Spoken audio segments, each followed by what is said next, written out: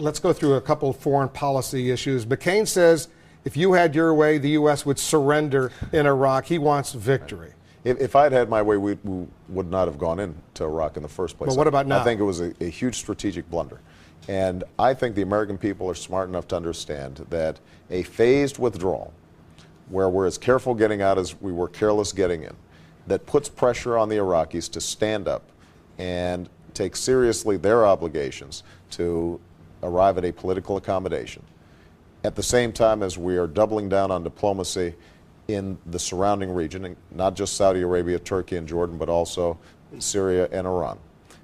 Then we are also investing in humanitarian aid for the people who've been displaced in Iraq. That's not surrender. That's a sensible policy that will allow us then to deal with our biggest strategic problem, which is al-Qaeda in Afghanistan and the border regions of Pakistan reconstituting themselves. And that's something that we have been distracted from. It's something that I intend to focus on when I am President of the United States. This is going to be a huge difference, the war in Iraq, the fallout between you and McCain. He also is going after you now. Today, the 60th anniversary of Israel's independence. He says you're not necessarily endorsing policies that would be good for Israel. He says this, for example.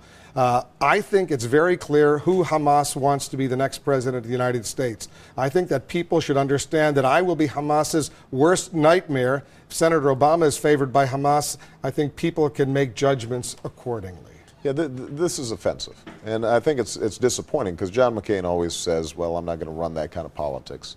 And then to engage in that kind of smear, I think, is unfortunate, particularly since my policy towards Hamas has been no different than his. I've said that they are a terrorist organization, that we should not negotiate with them unless they recognize Israel or renounce violence, and unless they are willing to abide by previous accords between the Palestinians and the Israelis.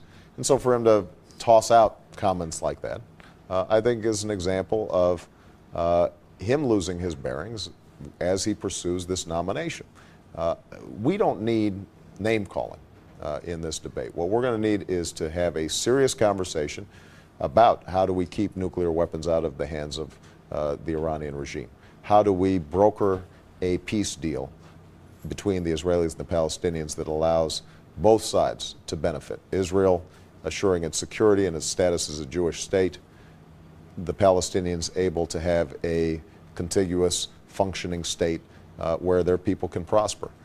And if we end up continuing to be locked up in these ideological arguments, playing politics of the sort that we've seen John McCain doing recently, then I think, frankly, we're going to miss an opportunity to really move this country in a better direction and to reset our foreign policy in a way that I think the world is anxious for. The world wants to see the United States lead.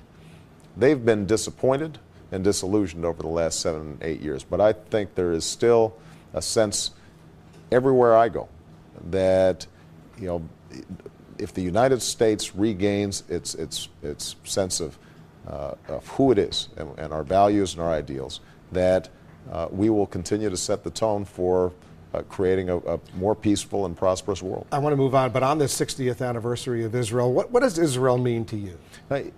Israel is not only our strongest ally in the region and one of our strongest allies in the world, but there is a special connection between America and Israel, one that when I traveled to Israel was evident.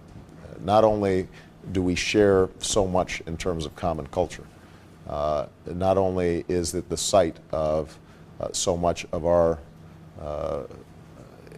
of my religious faith and the site of so much of our understanding of the world around us, but what I love about Israel is that it is a robust democracy and that they are committed to principles like rule of law and civil rights and civil liberties. And so it is critical that we send a message around the world. We will stand with Israel.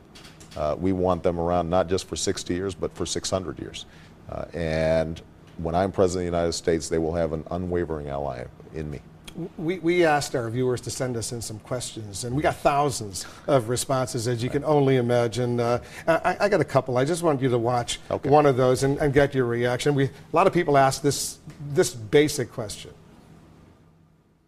It appears that you do not have enough support among blue-collar workers as Senator Clinton did. Would you consider, just on that basis alone, considering her on a joint ticket as vice president? Well, you know, as I said before, Time Magazine notwithstanding, we haven't wrapped this thing up yet. At the point where I'm the nominee, I'll start going through the process of figuring out what my running mate, who my running mate might be. Senator Clinton has shown herself to be an extraordinary candidate. She's tireless, she's smart, she's capable, and so obviously she'd be on anybody's short list to be a potential vice presidential candidate, but it would be presumptuous of me at this point, when she is still actively running, when she's highly favored to win the next two of the next three contests, for me to somehow suggest that she should be my running mate. At this point, I think we have to just resolve this process, and then we can figure it out. There'll be plenty of time down the road for that. All right, here's another question. Listen to this one. I strongly believe that us as human beings are defined by what we've done in our lifetimes. What is the one thing that President Barack Obama wants to be remembered for achieving during his presidency or during his lifetime?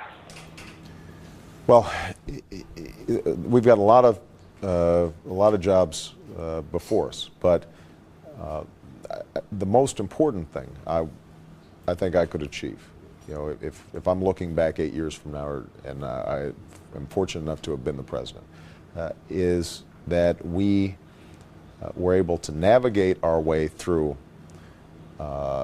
this situation in Iraq and the threat of al-Qaeda in Afghanistan in a way that makes us more secure, stronger, but also enhances our influence around the world, which I think has been diminishing.